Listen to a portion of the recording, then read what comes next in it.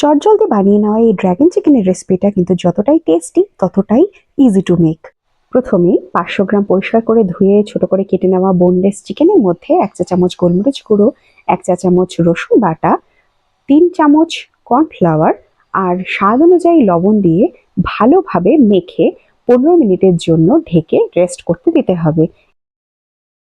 15 minute পরে marinated চিকেনটার মধ্যে একটা ডিম দিয়ে ভালোভাবে সেটাকে মেখে গরম তেলে চিকেনের পিসগুলো দিয়ে ভালোভাবে গোল্ডেন করে ভেজে নিতে হবে হাই ফ্লেমে। চিকেন ভাজা তেল থেকে কিছুটা তেল কমিয়ে তার মধ্যে একে একে 1 চা চামচ রসুন কুচি, 1 চা চামচ আদা কুচি, বেশ কিছুটা পরিমাণ হাফ করে নেওয়া কাজু কিছুটা গোল্ডেন করে ভেজে তার মধ্যে দুটো মিডিয়াম সাইজের ছোট করে কেটে নেওয়া পেঁয়াজ, দুটো মিডিয়াম সাইজের ক্যাপসিকাম আর 1 চা চামচ মতন লবণ দিয়ে ভালোভাবে ভেজে নিতে হবে।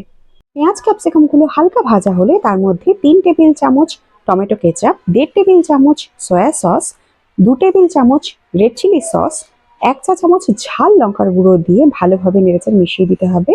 ঝালের টলারেন্স যদি একটু কম হয় তাহলে কিন্তু ঝালটা একটু কমিয়ে দিতে হবে। পেঁয়াজ ক্যাপসিকামের সাথে সসগুলো ভালোভাবে মিশিয়ে তার মধ্যে আগে থেকে ভেজে রাখা চিকেন পিসগুলো দিয়ে হাই ফ্লেমে ভালোভাবে মিশিয়ে নিয়ে নামানোর ঠিক আগে 1.5 চা চামচ সেসমি সিড ছড়িয়ে নামিয়ে নিলে ready spicy, tasty dragon chicken. Do like this video and subscribe to my channel if you are new and send the videos to those who love to eat tasty and spicy food.